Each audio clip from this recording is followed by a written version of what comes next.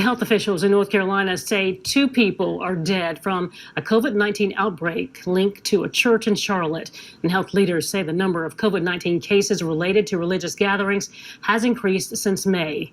Some local church leaders blame the spread to the separation between church and state. WITN's Amber Lake spoke with church leaders across our area and has more on their reaction tonight. Amber?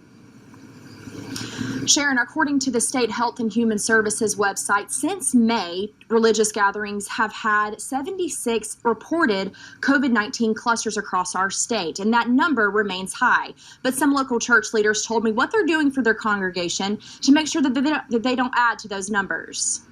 We have been limiting our numbers to 10 and then to 25 in-person inside worship, and then worshiping outside up to 50 people. Dan Burris is the pastor at Our Redeemer Lutheran Church in Greenville and says they've been worshiping primarily online and live streaming services since the second week of March. They're also following guidelines when they do have in-person services, but that doesn't mean that all churches are doing this. These numbers are not where we want them to be. There's been some flexibility. Obviously there's the issue of separation of church and state, and so I think that there are some faith communities that maybe aren't following the guidelines that are laid out by the state. According to the North Carolina Department of Health and Human Services, the spread of COVID-19 is most likely to occur indoors when people don't wear masks or social distance themselves. But Burris said his churchgoers wear masks, socially distance themselves, and they even limit singing during service. We have people of all ages, from young to old, and we're trying to be mindful of taking care of folks.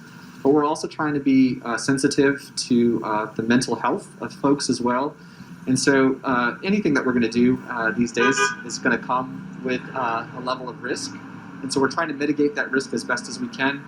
Starting with mobilizing businesses, community, and faith leaders on the 3 W's. We need everyone's leadership in this moment. The same message emphasized for months, but still not being followed by all.